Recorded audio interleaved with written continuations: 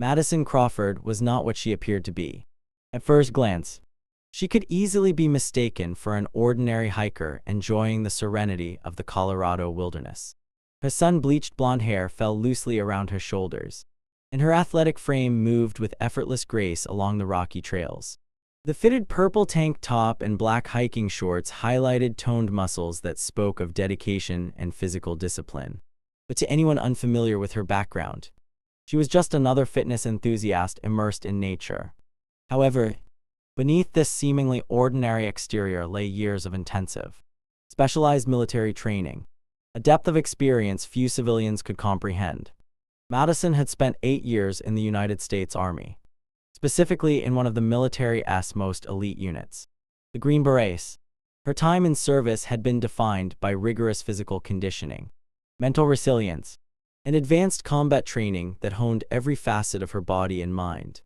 She had learned to endure extreme physical stress, to function with precision under life-threatening pressure, and to adapt instantaneously to rapidly changing environments. Every movement she made, from the cadence of her steps on uneven terrain to the way she scanned her surroundings, was influenced by years of drilled habits, instincts reinforced by countless exercises, field operations, and live combat situations. Her military career was a tapestry of experience in environments that tested human limits. Madison had been deployed multiple times to hostile territories where situational awareness could mean the difference between life and death. In Afghanistan, she had operated in conditions of perpetual threat, moving through rugged landscapes where danger could emerge from any shadow. She had learned to read subtle cues, shifts in sound, movement in the distance, the faintest disturbances in the environment, and to process that information instantly, turning perception into action. In the field, she had carried the weight of responsibility not only for herself but for her team. She had planned missions with surgical precision, coordinated movements under intense pressure, and made split-second decisions with life-altering consequences. Beyond her combat deployments, Madison had spent 18 months as an instructor, training new operators in hand-to-hand combat, survival techniques, and tactical proficiency. She had honed the skills of others, ensuring that the next generation of Green Berets could operate at the highest levels of effectiveness. Teaching required not only mastery of technique, but also the ability to anticipate potential errors, correct instinctive reactions, and instill both confidence and discipline. The classroom had often been as demanding as the battlefield, because her students depended on her to prepare them for situations where mistakes were fatal. Even after leaving active duty, Madison's training remained an inseparable part of her. Muscle memory was not something that could be erased, and combat instincts persisted beneath the surface of her civilian life. She understood the importance of awareness, of reading a situation before it developed into a threat, and of maintaining a calm, analytical mind in chaos. Every walk in the wilderness, every hike along an isolated trail, was influenced by this legacy. Her eyes constantly scanned the horizon, her senses tuned to patterns and irregularities, her body always ready to react. She carried with her a disciplined approach to survival, including preparation for emergencies, navigation skills, first aid knowledge, and familiarity with tactical equipment. Even as she embraced the appearance of civilian normalcy, loose ponytails, casual clothing, the ritual of journaling and meditation, she remained fundamentally trained for conflict. Her heart rate, breathing, and movements could be controlled to an extraordinary degree, honed by years of high-altitude training, long marches with heavy loads, and exercises that tested both mind and body. The duality of Madison's life was profound. Outwardly, she was a woman seeking solace in nature, attempting to reconcile her past with the desire for peace. She had spent time in therapy, learning to navigate civilian life while managing memories of combat and loss. Yet beneath this calm exterior existed a formidable operative whose every action was informed by the accumulated experience of a Green Beret. Every decision she made, from choosing a trail to observing her surroundings, carried the weight of professional instinct. Her training dictated discipline and movement, strategic assessment of threats, and a psychological advantage over potential adversaries. Madison Crawford's presence in the wilderness was not accidental. It was the convergence of deliberate preparation, honed skill, and instinctual awareness. shaped by a military career that had demanded nothing less than excellence. The strength she possessed was not visible at first glance, yet it defined every step she took, every breath she drew, and every action she would take if circumstances demanded. Her identity as a former Green Beret was inseparable from who she was, whether in combat or in solitude. The discipline, the awareness, the preparedness, and the resilience were embedded in her very being. Civilian life could attempt to mask it. Peace could attempt to dull it. But the essence of her experience was permanent, forming a foundation of capability that few could match. Madison Crawford was a paradox. At once a woman seeking tranquility in nature and a warrior whose every instinct, skill, and decision had been forged in environments where failure meant death. Her elite military background shaped not only her abilities but also her perspective on life, danger, and the value of preparedness, rendering her a uniquely formidable presence even in the quietest moments of apparent peace. The moment Madison first sensed the presence of danger, she felt it deep in her bones, a vibration of awareness that refused to be ignored. For 3 hours, she had walked the trails of Silverback Ridge, letting the serenity of the Colorado wilderness attempt to heal the invisible scars that life after combat had left on her psyche. The morning sun had bathed the rocky peaks in shades of amber and gold, light spilling over jagged edges and turning the pine needles to molten green. It was the kind of beauty meant to calm, to soothe the restless mind. Yet even as the mountains whispered peace, Madison felt the prickle of instinct. Her therapist's words advised to find solitude, to let the natural world do what medications could not, echoed faintly in her head. But the quiet in the forest was too complete. Birds had stopped singing, squirrels had ceased their rustling, and the wind through the pines was strangely still. Something had shifted, something subtle yet unmistakable. Her military instincts, honed through years of training and hardened by combat deployments, screamed at her that the forest's silence was unnatural. Madison slowed her pace, scanning the tree line with precision, noting every shadow, every movement, every whisper of sound that might indicate a presence beyond the ordinary hikers who occasionally traversed these trails. At 9,200 feet, the air was thin, but her body remained in control, her breathing measured and even, the result of countless hours of high-altitude conditioning, endurance training, and stress inoculation exercises. Her eyes, trained to detect subtle patterns and hidden threats from hundreds of meters away, immediately identified irregularities. The deliberate spacing of movement in the trees, the faint sound of voices conversing in low tones, a language she recognized as Spanish through fragments of her linguistic training.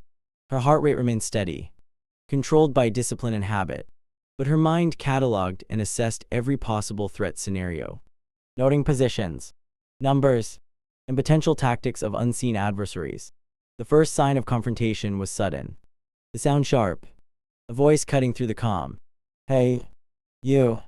Madison's blood ran cold, but she remained outwardly composed. 7 men had emerged from the tree line, their movements coordinated and professional.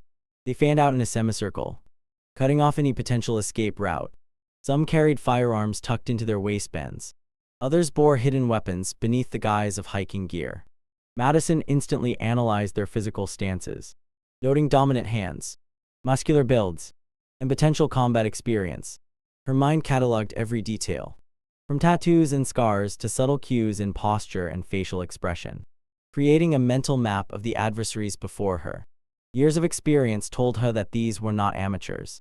Their confidence, positioning, and silent communication indicated organized, trained operators, likely connected to a larger operation beyond their immediate presence. As the men approached, Madison maintained a posture of vulnerability, deliberately projecting fear and compliance. Her voice trembled slightly, reinforcing the illusion, while internally she prepared for immediate defensive action. She was acutely aware of every element of the environment: the steep slope to one side of the trail, the dense pine forest on the other, the uneven ground underfoot that could be used to her advantage. Muscle memory, ingrained through years of drills and live scenarios, prepared her body to react instinctively. Each step, each shift in balance, each subtle movement of her hands was informed by years of training, enabling her to convert perception into precise, Decisive action the instant it became necessary. The men underestimated her. They assumed fear equated to helplessness, that submission meant passivity. Madison, however, had spent her career teaching Green Berets how to turn human bodies into weapons, how to neutralize threats in seconds with surgical efficiency. She had carried wounded comrades across hostile terrain, cleared compounds under fire, and trained others to survive where civilians would falter. The discipline, focus, and awareness she had cultivated over years were now ready to activate. She observed their approach, noting the subtle mistakes in stance and positioning, mentally calculating the exact timing and force required to turn the situation in her favor. The forest, once a peaceful refuge, had become an arena of heightened awareness. Every sound, every shadow, every irregularity in movement was a signal, a piece of information that could tip the balance. The calm exterior masked a mind fully engaged in rapid threat assessment, tactical reasoning, and preparation for immediate counteraction. Madison's awareness was complete, her senses primed, and her readiness absolute, even as she maintained the illusion of vulnerability. Every fiber of her being was alert, every instinct honed, every skill at the ready. The quiet that had initially unsettled her now became a canvas for strategy, the isolation of the trail providing both challenge and opportunity. This was the convergence of her past and present, the serene hiker in the wilderness, shaped by modern society's attempts at healing, and the elite operator who had spent years mastering control. Combat. In survival, the tension was palpable, the moment charged with potential. In Madison Crawford, through discipline, training, and awareness, was poised to transform perception into action, danger into control, and fear into calculated resolve. The confrontation erupted with a suddenness that made the forest itself seem to recoil. Madison's perception had been perfect. Every flicker of movement, every muffled whisper had been catalogued and stored in her mind like coordinates on a map. Her senses, sharpened through 8 years of special operations, went from heightened awareness to instantaneous action. The moment Carlos Mendes reached for her, Madison's body reacted before her conscious mind could even process the situation. Her right hand shot up, trapping his wrist against her chest with the precision of a trained operative, while her other hand drove upward in a palm strike that connected with his nose. The crack of breaking cartilage rang through the quiet forest, a sound so sharp it seemed to echo off the distant mountains. Carlos stumbled backward, shock and pain contorting his face, blood blooming like dark flowers against his skin. Madison's movements were fluid, almost dance-like, each one flowing seamlessly into the next, honed by years of repetitive drills, muscle memory, and real-life combat scenarios. As Carlos staggered, Madison pivoted left, using his body as a shield to block the advancing Jake. Her foot swept out low and hard, catching Ryan's ankle as he lunged forward. He went down hard, his head colliding with a rock with a sickening sound that guaranteed he wouldn't rise immediately. Time seemed to dilate, what a civilian would experience as frantic chaos was. For Madison, a controlled series of calculations executed at instinctual speed. Every detail mattered. The slope of the trail beneath her feet, the weight distribution of the attackers, the precise angles to neutralize force without lethal excess. Travis attempted to draw his rifle, but Madison closed the distance with predator-like precision. Her elbow drove into his solar plexus, folding him in half, and as he doubled over, her knee rose to meet his face. Seconds passed like eternities. 4 men incapacitated, 3 remaining, and the forest seemed to hold its breath, as if aware that the natural order had been disrupted by a single woman's lethal proficiency. The remaining men reacted, but uncertainty flickered across their faces. Derek fumbled with his pistol, his movements revealing panic and lack of coordination. Brandon charged from the side. Tyler backed away, hands raised, hesitation written in every muscle. Madison's hand moved to her backpack, smoothly retrieving the tactical knife stored in the side pocket. The blade clicked into place, locking with decisive finality.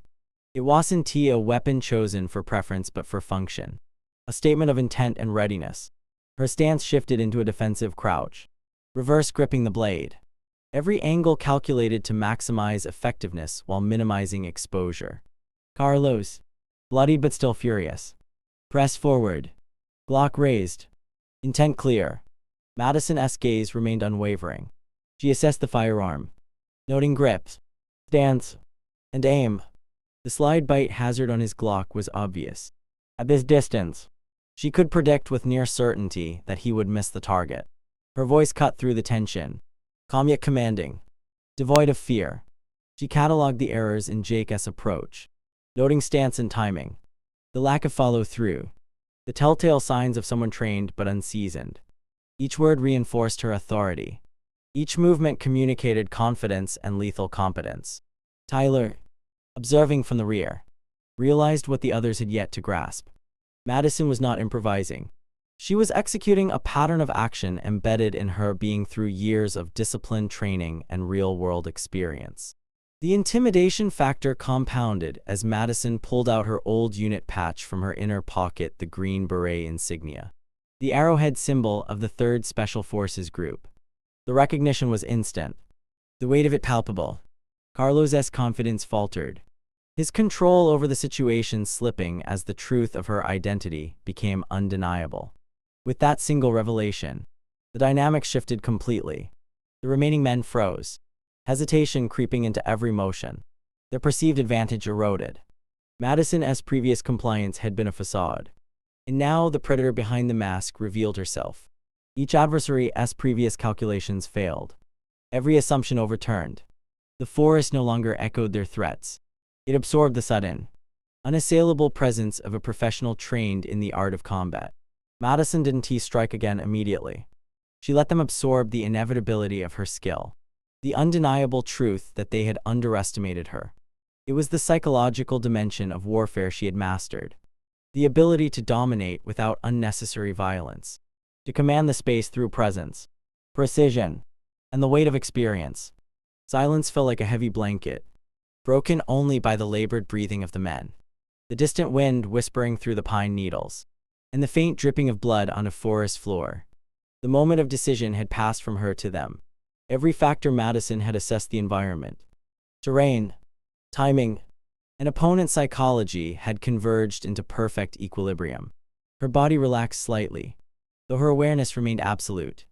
4 men incapacitated, 3 frozen in the realization that the woman before them was not just capable, but extraordinary, and that further confrontation could end in disaster.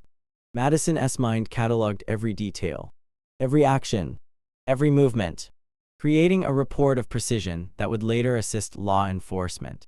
The battlefield was silent again, but the resonance of her actions lingered, proof of what happens when preparation, skill, and instinct converge. Once Madison had neutralized the immediate threat, her mind didn't relax. The forest around her, once serene and golden in the morning light, now seemed charged with anticipation. Every sound, every shadow was scrutinized. Every step she took measured against the possibility of another encounter. Her breathing, though steady, carried the residue of adrenaline, the body's physiological echo of combat readiness. The unconscious forms of Ryan, Travis, and the others littered the trail behind her, a testament to the efficiency of trained skill meeting unexpected confrontation. Madison's hands shook slightly, not from fear, but from the release of tension that had been coiled in her muscles, waiting for the precise moment to act. She checked each incapacitated man from a distance, eyes sharp, cataloging who might pose the greatest threat if they regained consciousness too quickly. Even in this brief pause, her mind was already strategizing the next move, calculating distances, potential reinforcements, and escape routes. She moved carefully toward Ryan, assessing the severity of his injuries. The concussion was evident from the way his body slumped, his head bleeding from impact. Madison knelt beside him, rolling him into the recovery position with meticulous precision, mindful not to exacerbate his condition. Her touch was firm, authoritative, but careful, trained by years of caring for wounded soldiers under conditions where mistakes could be fatal. Every minute counted. Head trauma was unpredictable, and even a moment of inattention could prove disastrous. She monitored his pulse, chest rise, and the subtle signs of neurological response, all while scanning the surrounding forest for any sign of returning danger. Each rustle of leaves or snap of a twig made her pause, her senses primed for instant response, her mind alternating between tactical vigilance and first aid assessment. The quiet was deceptive. Madison knew from experience that silence in hostile environments often meant more danger rather than less. The remaining members of the drug operation were likely regrouping, possibly calling for reinforcements. She needed to anticipate not just their immediate response, but the ripple effects of the chaos she had unleashed. Madison took stock of the landscape. The steep slopes, dense pine clusters, narrow trails, and the ridge above where cell service would allow her to summon law enforcement. Every factor informed her next steps. Her backpack contained essentials: water, energy bars, the tactical knife she had just wielded, and communications gear buried beneath a rolled sleeping bag. The items were unassuming to an untrained observer, but each had the potential to be critical tools in the uncertain hours ahead. She allowed herself no distraction, no indulgence in relief. The forest demanded her attention, and survival required her undivided focus. She moved with deliberate pace, leading Ryan toward a safer section of the trail where he could remain stable until help arrived. Each step was cautious, calculated. Uneven terrain could trigger a fall, a misstep, or further injury. Madison adjusted her grip on her knife and remained vigilant, scanning the periphery for any sign of movement. Her mind cataloged every detail: the positions of incapacitated men, the slope and contour of the land, the faint sounds of engines and distant voices that indicated the larger operation she had interrupted. This was no small-time crew. The presence of 3 black SUVs parked on a service road below, men loading large duffel bags, suggested a highly organized trafficking network with extensive resources. The implications were immediate. If Carlos and his men survived and reported back, the threat would escalate exponentially. Madison's tactical brain registered the risk, weighing it against her objective: reach safety, ensure Ryan's survival, and provide law enforcement with actionable intelligence. Her pace quickened as she approached the ridge where cell service would allow her to contact authorities. The forest blurred past her, and every muscle in her body remembered the endless drills, ruck marches, and high-altitude endurance runs she had endured in the military. Her lungs burned in the thin mountain air, but fatigue was secondary to mission completion. Each breath was measured, controlled, a testament to her conditioning and years of discipline. When she finally reached the ridge, the phones buzzed with signals from distant towers, bringing connectivity back into her hands. Madison quickly dialed for assistance, providing clear, precise information: the number of individuals, their weapons, their movements, and the larger threat indicated by the SUVs below. Her voice, calm yet urgent, conveyed authority to the responders. Minutes later, law enforcement and DEA units began their mobilization. The rapid response a testament to both her situational awareness and the effectiveness of coordinated federal operations. Madison observed from a distance, ensuring Ryan was positioned safely and reassured that immediate medical intervention would be on its way. Her eyes swept the area one last time, confirming no lingering threats, no unforeseen dangers. The forest gradually resumed its natural rhythm. Birds returned to the trees, the wind stirred the branches, and the mountain trails regained their deceptive tranquility. Madison, however, knew that peace in such situations was provisional. Her mind cataloged everything, from physical confrontations to environmental variables, creating a detailed mental report that would prove invaluable to the authorities in the hours and days to come. Through the tension and chaos, Madison experienced a profound realization. The events of the last hour had stripped away the attempt to live a civilian, peaceful existence. She had been forced to reconcile the woman she had become with the soldier she had trained to be. The adrenaline and precision, the mastery of her environment and skills, reminded her that the core of who she was could not be hidden or suppressed indefinitely. Survival and effectiveness were inseparable from identity, and the mountains had offered clarity. As she ensured Ryan was in stable condition and the authorities were en route, Madison felt the return of control over herself, a reaffirmation of purpose that would shape her decisions long after this confrontation had ended. After the immediate danger had passed and the law enforcement response was underway, Madison found herself walking the trail back to her car, the forest around her slowly reclaiming its calm. The adrenaline that had fueled every precise movement during the confrontation now drained from her body, leaving her muscles trembling and her mind racing. Her thoughts were a mixture of relief, reflection, and an unmistakable sense of clarity. For the first time in years, she could see the full consequences of her actions and understand the larger picture beyond the moment-to-moment survival instincts. Every detail she had observed: the positions of the men, the layout of the trail, the vehicles below would be crucial intelligence for the DEA and other federal agencies. She understood the value of what she had provided and the ripple effect it could have on dismantling a much larger criminal operation. The mental cataloging of every feature, every movement, every weapon and individual had not stopped after the fight. It continued in the quiet, in the slow steps she took toward safety. The reality of what she had just done began to sink in as she reached a clearing where sunlight pierced the canopy. Her thoughts turned to the men she had incapacitated. Ryan, Travis, Jake, and the others were unconscious or stunned, yet alive. And Madison recognized that her actions, while aggressive and decisive, had prevented a bloodbath. She had acted with precision and control, ensuring maximum impact with minimal long-term harm. This balance, instinctive yet calculated, reflected years of military discipline and training that had been ingrained in her from countless hours in the field. The skills she had tried to bury, to leave behind in civilian life, had emerged exactly when they were needed, and the realization was both empowering and sobering. She had faced death, intimidation, and the very real threat of a sophisticated criminal network. And she had prevailed. The mountains, the isolation, and the quiet had been her camouflage and her arena. By the time she reached the ridge where her phone signal returned, she had already begun formulating the details she would relay to the authorities.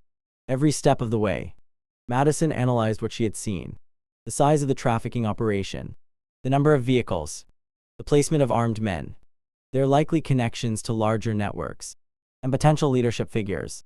Her military mind recognized patterns and hierarchies that a civilian observer might miss entirely. These observations would become actionable intelligence for federal and state agencies, and she understood the gravity of the information she now held. The scope of the operation, the sophistication, and the audacity of the traffickers highlighted how dangerous they were and how fortunate she had been to survive unscathed. Every second mattered in providing a precise account. In Madison's composure, honed over years of service, ensured that no detail would be overlooked. The arrival of law enforcement solidified her sense of responsibility. Rangers, state patrol units, and DEA personnel coordinated quickly, securing the trail, attending to injured parties, and beginning the process of investigation and containment.